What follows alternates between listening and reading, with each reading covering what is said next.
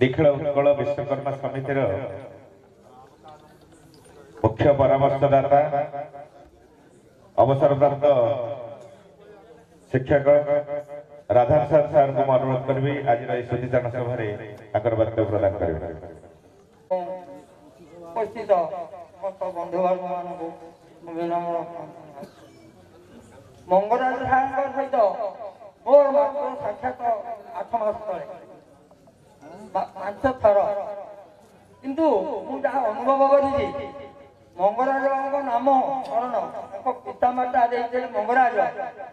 प्रकृत मंगराजर सार्थकता से दुनिया देखे जाए नाउरी तार मंगलस्थल की जाए जिते बाधा विघ्न नदी से केवे विपद पकई दे ना मंगराजर चिंताधारा आम कार्यकलाप उद्देश्य 5 थर साक्षात भर मुझे अनुभव कली मुख्य लक्ष्य ये संसार को ये दुनिया मानव जीवन आई मानव जीवन भितर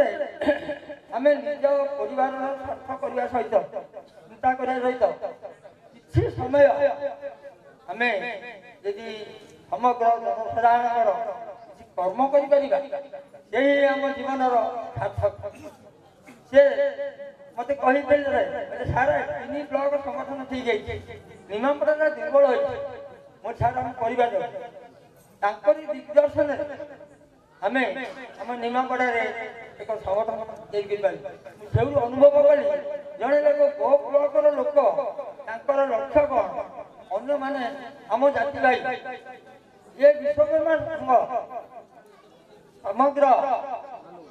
पृथ्वी उच्चारित स्थिति विश्वकर्मार सम्मान पृथ्वी केमी उच्चारित से कोणार्क 4 ब्लॉक संगठन कर कार्यकलाप जना जे देहांत हेले जुग जुग पर्यंत कहीं पासई पारे ना अंचल से जहाँ आम अनुभव देलु बर्तमान बंधु मान जहाँ कहीगले वर्णनातीत तेणु मु